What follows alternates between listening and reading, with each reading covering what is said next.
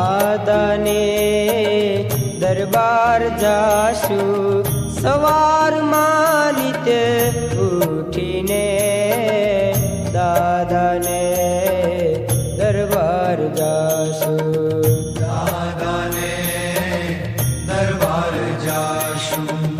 હરશું ફરશું ને સ્મરણ કરશું સવારમાં નિત્ય ઉઠીને, દાદાને દરબાર જાશું, દાદાને દરબાર જાશું.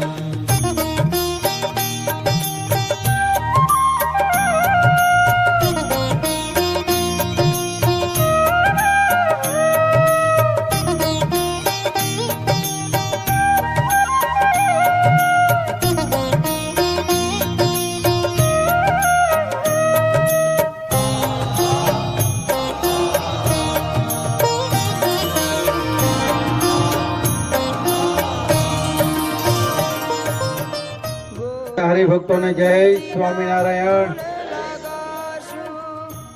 આપણા ઈષ્ટદેવ ભગવાન સ્વામિનારાયણ ભુજમાં બિરાજમાન રાજા ધીરાજા નરનારાયણ દેવ, અને આપણે બધા આ ઠંડીમાં વહેલા ઉઠી અને ભગવાનનું ભજન કરીએ છીએ એટલે બહુ મોટી વાત છે. કારણ કે ભગવાનનું ભજન કરવું એટલે બહુ કઠિન છે, અને સવારમાં ઉઠવું એ બધાથી મોટામાં મોટો કઠિન છે.